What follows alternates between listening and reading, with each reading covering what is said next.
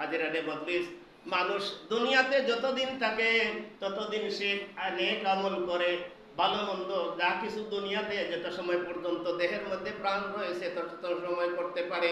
আর যে সময় ওই দেহ থেকে প্রাণ পাখি চলে যায় তখন আর সে ভালো মন্দ কিছুই করতে পারে না।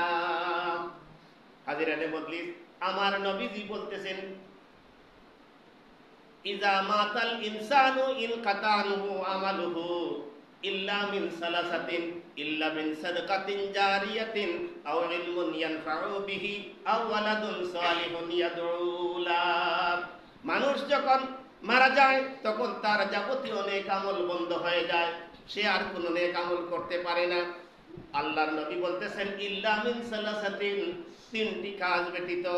ইল্লা মিন সাদকাতিন জারিয়াতিন, এক নম্বর হলো সাদকায়ে জারিয়া, আও ইলমুন ইয়ানফাউ বিহি আও ওয়ালাদুন সালিহুন ইয়াদউ লাহ। দুই নম্বর হইল ফায়দাজনক ইলম, আর তিন নম্বর হইল ফায়দাজনক সন্তান, নেক সন্তান।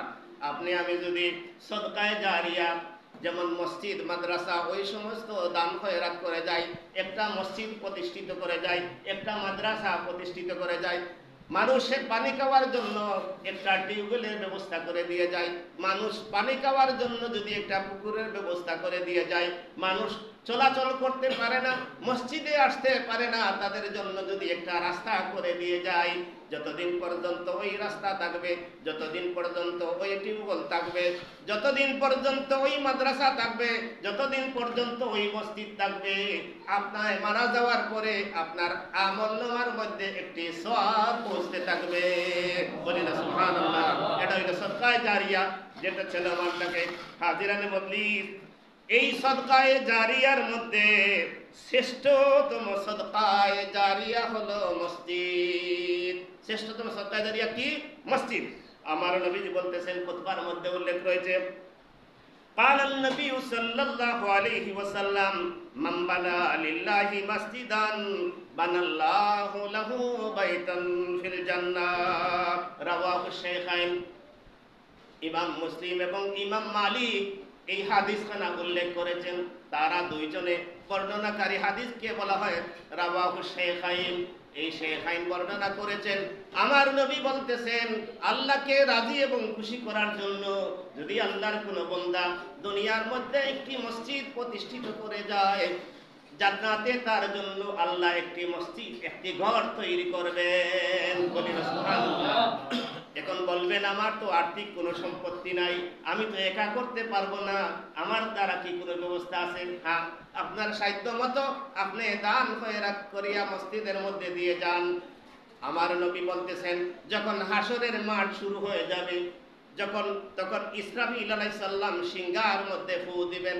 যখন কিয়ামতের নির্দেশ আসবে, আল্লাহর ইচ্ছা হবে কিয়ামত হয়ে যাক, সমস্ত পৃথিবী ধ্বংস হয়ে যাক, তখন আমার নবী বলেন, ইসরাফিল আলাইহিস সালাম একটা সিংহার মধ্যে ফু দেবেন। ফু দেওয়ার সাথে সাথে পাহাড় পর্বত বৃক্ষলতা যা কিছু আছে দনিত তুলার মতন খণ্ড খণ্ড হইয়া চূর্ণ বিচূর্ণ হইয়া উঠতে থাকবে। বলি না সুবহানাল্লাহ। আল্লাহকে সিজদা করার জন্য, আল্লাহকে ইবাদত বন্দি করার জন্য যে সমস্ত মসজিদ করা হয়েছে, ওই মসজিদগুলা ধ্বংস হবে না। আমাদের উপর দিয়া যেভাবে পাখি উড়ে যায়, আমাদের উপর দিয়া যেভাবে বিমান উড়ে যায়, আমার নবী বলতেছেন ওই মসজিদগুলা জমিন থেকে উঠে আকাশের মধ্যে পাখির মতন উড়তে থাকবে। বলি না সুবহানাল্লাহ। আল্লাহুম্মা সাল্লি আলা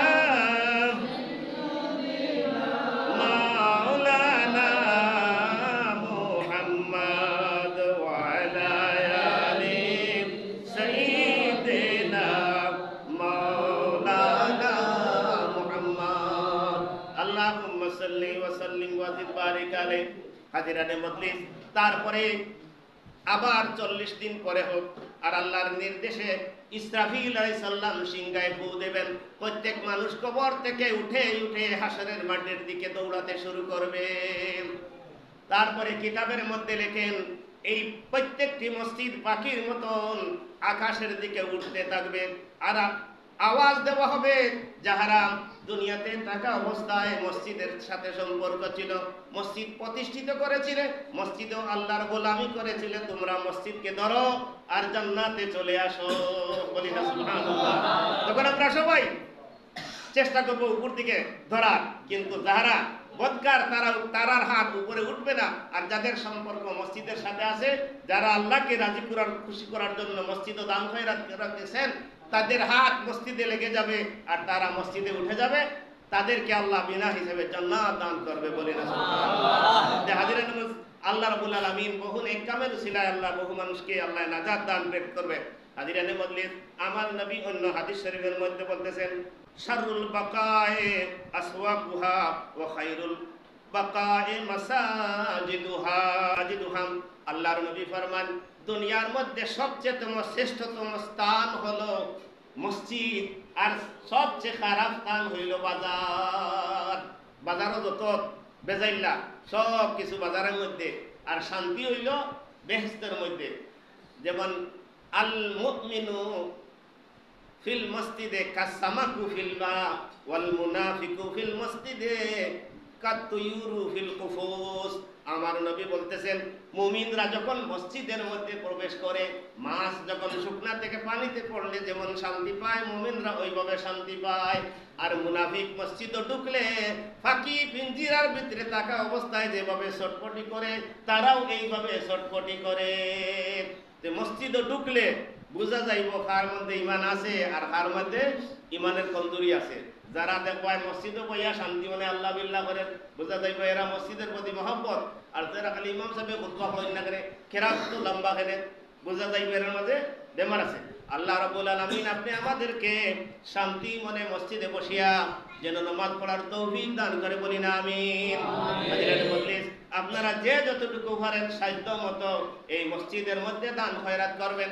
হাজিরানে মজলিস, আল্লাহর নবী মসজিদে কুবা বানাইতে চাইলা, ওই মসজিদে কুবা যেখানে আছে সেখানে দাঁড়িয়ে আল্লাহর নবী বললেন, আমি এখানে একটি মসজিদ বানাইতে চাই। কাউকে কিছু বললেন না। ওই মুহূর্তে মসজিদে কুবাটা যে জায়গার মধ্যে হয়েছে, হয়তো ওই সাহাবীর নাম আমির আনসারী। ওই সাহাবী বললেন, ইয়া রাসূলুল্লাহ, ইয়া হাবিবাল্লাহ, আমি আমার বাড়িটা আপনাকে মসজিদের জন্য দিয়ে দিলাম। বলি না সুবহানাল্লাহ। ওই এখন ওই মসজিদের মধ্যে মসজিদে কুবা তৈরি হয়েছে, মসজিদটা এখন অনেক বড় হয়েছে, কিন্তু ওই মসজিদটা যে সাহাবী দিয়েছেন, কিন্তু ওই মসজিদে যতদিন সাহাবায়ে কেরাম নামাজ পড়েছেন আর যত হাজি নামাজ পড়বেন, প্রত্যেকের সওয়াবের সমতুল্য সওয়াব ওই সাহাবী লাভ করবেন। বলি না সুবহানাল্লাহ। আল্লাহর নবী বলতেছেন, আপনি যদি কোনো নেক কাজ করে যান আর ওই নেক কাজ দেখা দেখি যদি যারা করবে, যাহারা তোমার দেখা দেখি করিয়া যে পরিমাণ সওয়াব লাভ করছে, তুমিও সেই পরিমাণ সওয়াবের অংশীদার হবে। বলি না সুবহানাল্লাহ। ওই সাহাবী যে মসজিদ খানার মধ্যে মসজিদে কুবা হয়েছে, কিয়ামত পর্যন্ত হাজী সাহেবরা এখানে যাবেন, নামাজ পড়েন, আর আমল করবেন, প্রত্যেকের আমলের সমতুল্য সওয়াব এই সাহাবী পাবেন। কিন্তু তিনি যদি ওই ভূমিটা মসজিদে না দান করতেন, তাহলে ওনার ছেলেরা ওটাকে বন্টন করে নিত অথবা বিক্রি করতো, ঠিক না? আপনিও যদি আপনার সাধ্য মতো যদি 100 টাকা 200 টাকা মসজিদে দিয়ে যান, সেটা হইলো আল্লাহর ব্যাংকে দিলেন, সেটার কেউ দাবিদার হবে না। আপনি যদি কোনো মসজিদের মধ্যে কিছু ভূমি দান করে যান, 1 শতক 2 শতক অর্ধ শতক যে পরিমাণ যদি ভূমি দিয়ে যান, আপনার জায়গা দিয়ে যান, যেমন একটা মসজিদ হইতো, মসজিদটা বড় করার প্রয়োজন, আপনার পাশে জায়গা আছে, আপনি যদি ওই পাশের জায়গাটা যে মসজিদে দান করেন, আমি মসজিদে দান করলাম, আর আমি গরিব মানুষ, আমারও আরেক বাড়ি করার কোনো ব্যবস্থা নাই, পঞ্চায়েতর কি আছে না? যেমন এক বেড়ার বউ মরে গেছে, তাই নিলে বাউ, আর এর কতদিন বাদে ফুরুবাই মরে গেছে। এখন ফুরুবাইয়ের বউয়ে এখন জামাই খারে লইতা বড় চিন্তার মধ্যে পড়ে গেছেন। তার মানে মনে হইলে বাউরের গেছে বিয়া বইটা, তখন এখন কিলা কইতা বাউরের গেছে বিয়া বইতা, ফাইতাম জমাইলা জমাইয়া কইলা, লাল পয়সা বড় পরিবার নাই আর আমার বাচ্চাই তোর বাপ নাই, পঞ্চায়েতর কি আস কিতা বুঝ? লাল পয়সা বড় কি নাই, বউ নাই, আর আমার বাচ্চাই তোর বাপ নাই, পঞ্চায়েতর কি আস। এতে কিতা বুঝা গেল? বিয়া প্রস্তাব দিছি না দিছে না? এখন যদি এইভাবে যদি আপনি আমি যদি এইভাবে পঞ্চায়েতর কেয়াস লইয়া মসজিদও দান করিলাই তাহলে এই জায়গাটা মসজিদে দান হয়ে যাব, এর বিনিময়ে আপনি আমি সব পাইব। আর ও যে আপনি কইলা আমার তো আর জায়গা নাই, পঞ্চায়েতর কেয়াস পঞ্চায়েতে আপনারা যদি আর ব্যবস্থা করিয়া দিলাই, এর কারণে আপনারও টাকার ব্যবস্থা হয়ে গেল। কিন্তু যে জায়গাটা আপনি মসজিদে দান করিয়া যাইবা এই জায়গাটা আর কোনো আপনার আওলাদে বাটিয়া নিতে পারতো নাই, এর সব আপনি হইবা। আর যে জায়গা পঞ্চায়েতে বাড়ি করিয়া দিয়েছেন বা একটা ব্যবস্থা করিয়া দিয়েছেন এই জায়গারে আপনি মরি গেলে আপনার আওলাদে বাটিয়া সাইটিয়া নিবা। কিন্তু আপনি যে মসজিদ বড় করার লাগি বা মসজিদ প্রশস্ত করার লাগি জায়গাটা যে দিয়া গেলাম এর সব কিয়ামত পর্যন্ত পাইবা। এটা হইল নিয়তের উপরে, ইন্নামাল আমালু বিন্নিয়ত। আর যদি হয় মসজিদও নিতা আমার 10,000 টাকার জায়গা আপনারা নিতে আমার 1 লাখ দিতে হইব, তাহলে আপনি 1 লাখও পাইবা, সব থেকে সব পাইতা নাই। আপনার বাড়ির উত্তর দিকে মসজিদ, আপনি ঘর বানাইবার সময় উত্তরে দিয়ে জানালা দিলা কইলা যে আমি মসজিদের আজান শুনবো, দৌড়িয়া গিয়া যদি দরজা বন্ধ থাকে তাহলে আজান শোনা সম্ভব হইতো নাই, হয়তো কানো আইতো নাই। দরজাটা দক্ষিণে দিয়ে থাকলে আমি আজান শুনিয়া মসজিদে দৌড়িয়া যাইব। তখন আপনি এই দরজাটা রাখাটা আপনার স্বার্থ কইব, আপনি আজানও শুনবা বাতাসও কইবা। আর যদি কয় ওবাইদি দক্ষিণে থেকে বাতাস আয়, ওদিকে আওয়ার এলাকা ওবাইদি জানালাটা দিতে সব সময় কি দেব বাতাস আইব, কিন্তু দক্ষিণের মসজিদের আজানের আওয়াজ আইব, আইলে কিন্তু আপনি সব পাইতে না। সেখানে আপনি জানালা দিছেন বাতাস খাইবার লাগি আপনার নিয়ত। আর আপনি যদি কইতা মসজিদের আজান শুনবো, ওবাইদি জানালা দিলাই আজানও শুনলে অনেক বাতাসও পাইলা অনেক, আপনার আমার সব কিছু হইল নিয়তের উপর নির্ভরশীল। হাজিরান মজলিস সময় কম, যে আল্লাহ নবী ফরমান কেউ যদি সদকায়ে জারিয়া কোনো নেক কাজ করিয়া জমিনের মধ্যে যায় তাহলে এর সওয়াব পাইবা। আর 2 নম্বর হইল আও ইলমুন ইয়ানফাউ বিহি, এমন একটা ইলম অথবা কিতাব জমিনের মধ্যে রাখিয়া যাওয়া যার দ্বারা মানুষ উপকৃত হয়। আপনি যদি একটা কিতাব লিখিয়া যান অথবা আপনি হাফিজ চাপ হইছেন, আরো কয়েকজন বাচ্চারা যদি হাফিজ চাপ বানাইয়া যায়, যতদিন হাফিজ চাপে পড়বো আপনার লাগে দোয়া করবো। আমরা করি না নি, আল্লাহ আমরা যত উস্তাদের গড়ে করছি তারারে মাফ করে দাও, তারার দরজাতের বুলন্দ করে দাও, এটা হলো সদকায়ে জারিয়া। আর 3 নম্বর হইল আও ওয়ালাদুন সালিহুন, নেককার সন্তান। যদি আপনার একজন সন্তানকে আলিম বানাইয়া যায়, হাফিজ বানাইয়া যায়, তাহলে ওই বাচ্চাইকে আপনার লাগে দোয়া করব, আপনি এটা সদকায়ে জারিয়া হইবা। আর যদি নামাজ শিখাই না, মাদ্রাসা পড়াই না, কবরের দিকে বইয়া পেশাব করতো না। আর যদি আলিম সাহেব বানাইয়া যায় তাহলে কইব আমার বাবাই কষ্ট করিয়া পড়াইছেন, আমার বাবার লাগে দোয়া করি, একটু সিন্নি দেয় মসজিদে দোয়া চাই। আপনি যদি নেক সন্তান জমিনের মধ্যে তৈরি, এই সন্তানে আপনার জন্য দোয়া করবো যে আল্লাহ রাব্বুল আলামিন আপনি আমাদেরকে আমাদের প্রত্যেক সন্তানকে যেন আমরা নেককার বানাইয়া নামাজি বানাইয়া যাইতাম পারি। আর অন্তত পক্ষে 2-1 বাচ্চারে মাদ্রাসা পড়াইয়া আলিমে বা আমল বানাইয়া যাইতাম পারি, সেই তৌফিক যেন আল্লাহ দান করে, বলি না আমিন। ওয়া আখিরু দাওয়ানা আলহামদুলিল্লাহি রাব্বিল আলামিন। সাল্লাল্লাহু আলা সাইয়্যিদিনা মাওলানা মুহাম্মদ ওয়া আলা আলিহি ওয়া সাহবিহি ওয়া সাল্লাম। মাওলায়া সাল্লি ওয়া সাল্লিম দাইমান আবাদা আলা হাবিবিকা খায়রিল খালকি কুল্লিহিম। আল্লাহুম্মা আমিন। আলহামদুলিল্লাহি রাব্বিল আলামিন ওয়াসসালাতু ওয়াসসালামু আলা সাইয়্যিদিল আমবিয়া ওয়াল মুরসালিন ওয়া আলা আলিহি ওয়া আসহাবিহি আজমাইন। রব্বানা যালামনা আনফুসানা ওয়া ইন লাম তাগফির লানা ওয়া তারহামনা লানাকুনান্না মিনাল খাসিরিন। ربنا لا تزغ قلوبنا بعد إذ هديتنا وهب لنا من لدنك رحمة إنك أنت الوهاب। আল্লাহ আমাদের মসজিদ আশা বসারে কবুল আর মঞ্জুর ফরমাও ইয়া আল্লাহ। আল্লাহ যেভাবে রুকু সাজদা আদায় করলে তুমি খুশ আর রাজি থাকো, এইভাবে রুকু সাজদা আদায় করার তৌফিক আমাদেরকে নসিব করে দাও। আল্লাহ যতদিন জমিনে রাখো তোমার রেজামন জীবন, তো তোমার সন্তুষ্টি মতো জীবন যাপন করার তৌফিক দাও ইয়া আল্লাহ। तमाम ফিতনা ফাসাদ থেকে, বালা মুসিবত থেকে, আল্লাহ শয়তানি দুঃখ থেকে আমাদেরকে, আমাদের বিবি বাচ্চা হালা औलादকে তুমি হেফাজত ফরমাও।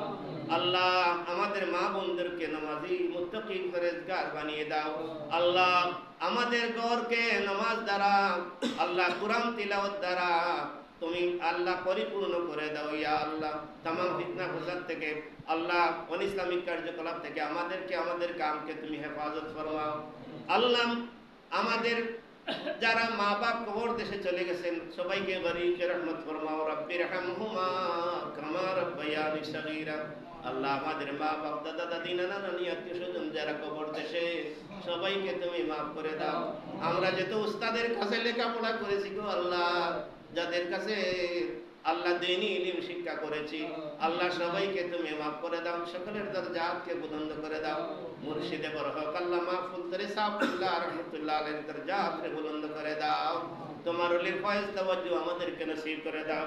আল্লাহ কদমতলী লতিফিয়া জামে মসজিদকে কবুল ফরমাও। আল্লাহ আমরা আশা করেছি এই মসজিদকে সুন্দরভাবে করার, আল্লাহ সমস্ত ফিতনা ফসাদ থেকে বাঁচাইয়া আল্লাহ যেভাবে সুন্দর হয় বড় হয় আল্লাহ ওইভাবে আমাদেরকে কাজ করার সুব্যবস্থা তোমার কুদরত দ্বারা করে দাও। তোমার যে সমস্ত বান্দারা এই মসজিদে দান খয়রাত করেছেন আর যাহারা আগামীতে করবেন, আল্লাহ আরহামুর রাহিমিন আব্দুল মুক্তাদির ভাই বলেছেন আল্লাহ কিছুদিন পরে তাদের মসজিদে আল্লাহ ফান্ডরাইজিং করবেন আমাদের এই মসজিদের জন্য গো আল্লাহ। আল্লাহ তোমার বান্দার এই নেক মকসুদকে তুমি পূর্ণ করে দাও। আল্লাহ তোমার বান্দাদেরকে প্রাণ খুলে আমাদের মসজিদের জন্য দান খয়রাত করার তুমি তৌফিক দিও। আল্লাহ এই মসজিদকে কবুল ফরমাও। আল্লাহ তোমার যে সমস্ত বান্দারা দান খয়রাত করার আশ্বাস দিয়েছেন সবাইকে দান করার তৌফিক নসিব করে দাও। এই মসজিদের যত জরুরত রয়েছে তোমার কুদরত দ্বারা পূর্ণ করে দাও। আল্লাহ এই মসজিদকে মুসল্লি দ্বারা আবাদ করে দাও। গ্রামের সবাইকে এক আর নেক করে দাও। জামাতের সহিত সবাইকে নামাজ আদায় করার তৌফিক নসিব করে দাও। দোয়া খাস্তাম বদরগাহে লাহি হায়াত রিজিক দৌলতিল মদরাজিল। আল্লাহ হয়তো কোন দিন জানি আজরাইল এসে যাবেন, আল্লাহ মরণের ডাক এসে যাবে। মরণের সময় দয়াল নবীজির নূরানি চেহারা মুবারক আমাদের সামনে হাজির রেখে বাহুশে কলিমায়ে শাহাদাত পাঠ করাইয়া আমাদের জবানে জারি করে দিও লা ইলাহা ইল্লাল্লাহ মুহাম্মাদুর রাসূলুল্লাহ। আমিন। আসসালামু আলাইকুম।